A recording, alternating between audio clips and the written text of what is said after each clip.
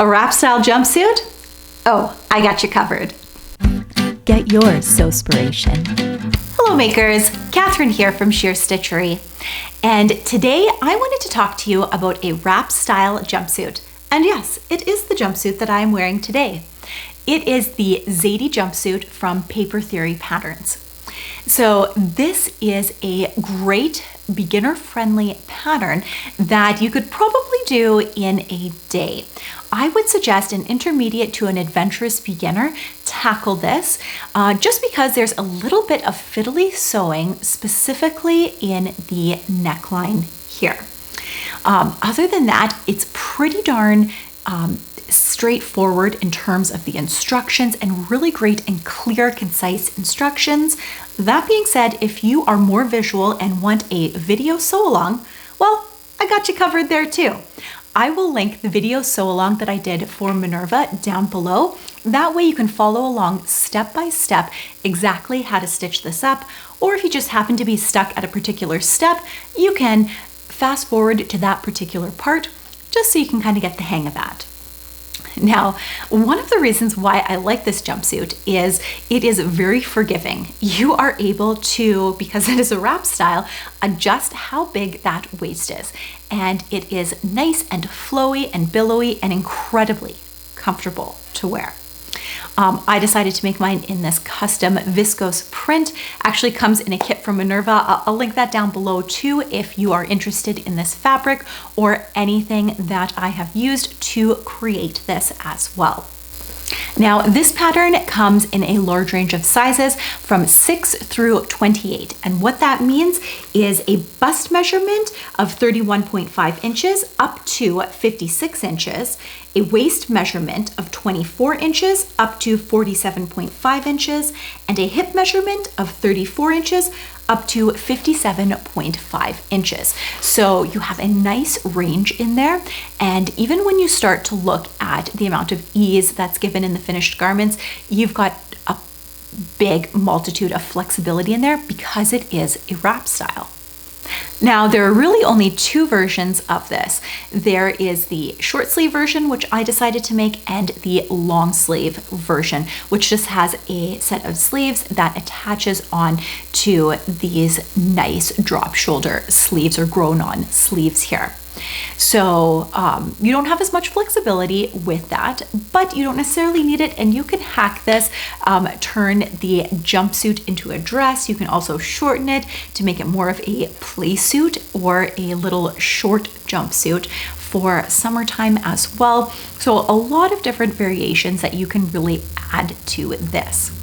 Now, there was one little tidbit in the instructions that I wanted to draw to your attention. So it is just where it goes from 3B over to 3C. So if you didn't pre-read the instructions, always do that. I am guilty of not always doing that. You know, throw a heart in the comment down below if you are guilty too. But with this, if you were to stitch it up and stitch up following the instructions on 3B, which is sewing the side seam and leaving an opening before that notch or that drill hole dot, and then you were to go and read 3C, and at the very bottom of 3C, it talks about how you need to overlock, if you're overlocking the edges, overlock them separately. That would be an entire pain to have to go in and try to overlock that. It's not impossible, but it's a pain. So I would almost flip them and overlock the side seams on your bodice completely first, and then go to 3B, so the one side seam entirely, and then on the other side seam, just sew to that drill hole.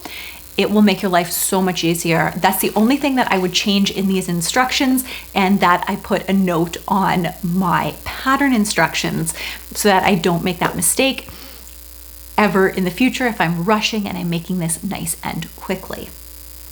Another thing that I did a little bit differently is it doesn't tell you to top stitch the belt at all, just as to secure the end and fold it in.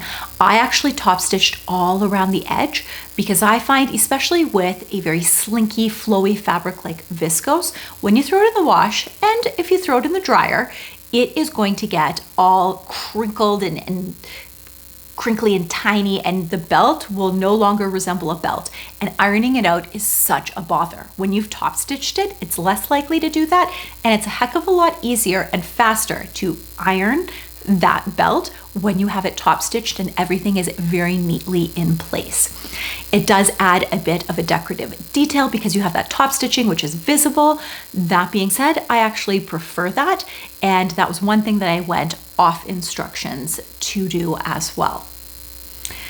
Now, if you enjoy making jumpsuits, I would love to know your favorite jumpsuit patterns. I am still on the fence on this. I have made about 3 jumpsuits so far.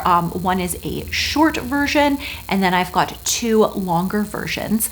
And the only qualm that I have with them, or the biggest qualm, is the fact that it is not very easy to go to the restroom in them because you have to completely kind of take everything off. What are your thoughts on jumpsuits? I would love to know, and if you have any patterns that you think I should test out, let me know in the comments down below. I am always on the hunt for a good pattern. And if you're new here, do consider subscribing. I love to share new sewing techniques and videos with you, as well as sew-alongs. And if you haven't done so already, subscribe to the newsletter at sheerstitchery.com. That will be the first place I will share any free patterns or new releases that I am doing for sewing patterns. Until next time, makers, let's get our sewspiration on.